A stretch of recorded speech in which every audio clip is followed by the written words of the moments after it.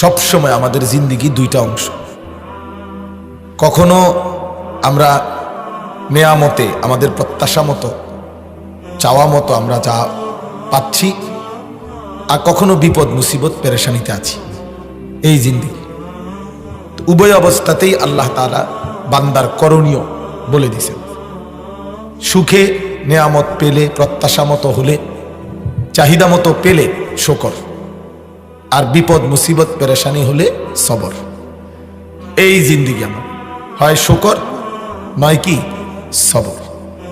শুকর করলেও বিনিময়, সবর করলেও বিনিময়। শুকর করলেও পুরস্কার, সবর করলেও পুরস্কার। তাহলে মুমিনের কোনো লস নাই, মুমিনের কোনো লস নাই। কোরআনুল কারীমের মধ্যে আছে, আল্লাহ তাআলা বলেন ওয়া সায়াজিল্লাহু শাকিরিন, অবশ্যই আল্লাহ তাআলা শুকরকারীদেরকে বিনিময় দেবেন। তাহলে এই যে শুকর করলে বিনিময় দিবেন। হুবহু আরো একটা আয়াত আছে, ওয়া সানাজিজ শাকিরিন, আমি অবশ্যই শুকরকারীকে বিনিময় দেব। লা ইন শাকারতুম লা আযীদান্নাকুম, এটা কোরআনের আয়াত।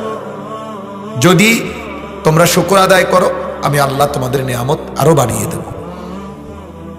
মা ইয়াফআলুল্লাহু বিআযাবিকুম ইন শাকারতুম, আল্লাহ তাআলা বলেন তোমরা যদি আল্লাহর শুকর আদায় করো তো আল্লাহ কেন তোমাদেরকে আযাব দিবেন?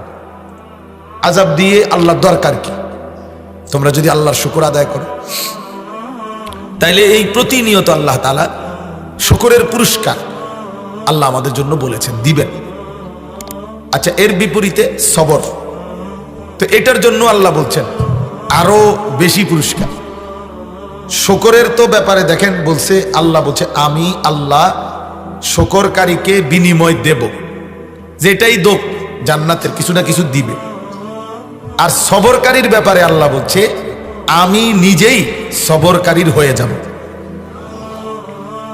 ইন্নাল্লাহা মাআস সাবিরিন, এখানে এটা বলে নাই যে আমি সবরকারীকে দেব, না, আমি আল্লাহই সবরকারীর সাথে আছি, আমার নিজেকেই দেব।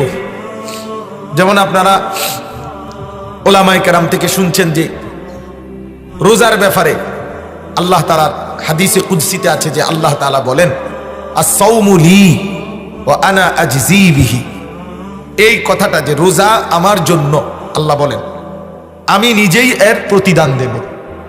এটা দুইটা হাদিস, একটা হলো আমি নিজেই এর প্রতিদান দেব, এটা একটা তরজমা।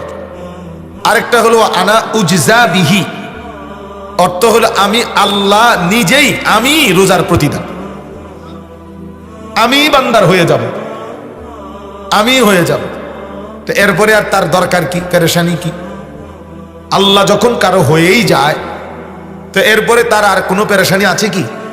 জুতু মেরা তু সব মেরা, যখন আল্লাহ আমার তো সবই আমার, আসমানও আমার, জমিনও আমার, দুনিয়াও আমার, আখিরাতও আমার।